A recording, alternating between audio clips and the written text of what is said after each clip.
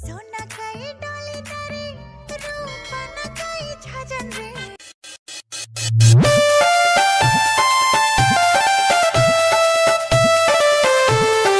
Music by Roshan Kumar.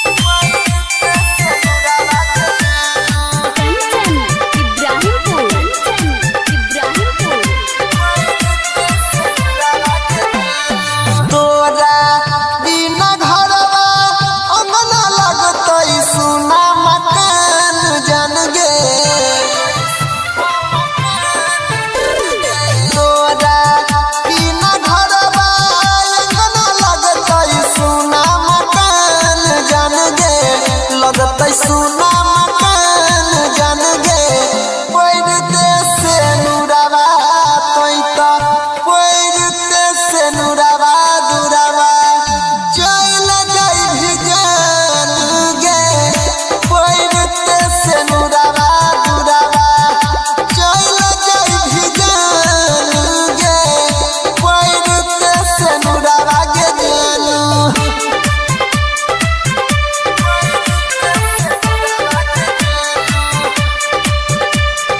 Music by Roshan Kumar.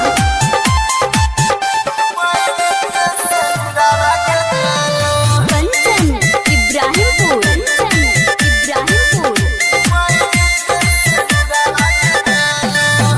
दिलावा से हमरा तोइता निकल जेबही पियावा के प्यार पाक बदल जेबही।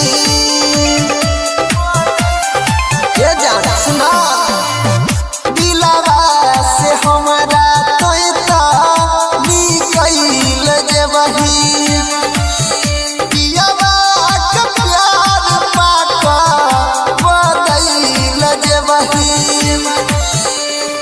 पल भर में हम बनाई देवियान गे बनाई देवियान गे पैरते से नुरावा तोइता पैरते से नुरावा दुरावा चल जाई भी जान गे पैरते से नुरावा दुरावा चल जाई भी जान गे पैरते से नुरावा गे जानू।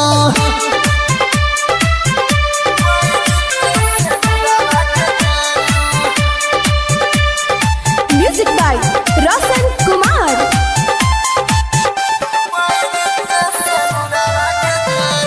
कंचन इब्राहिमपुर।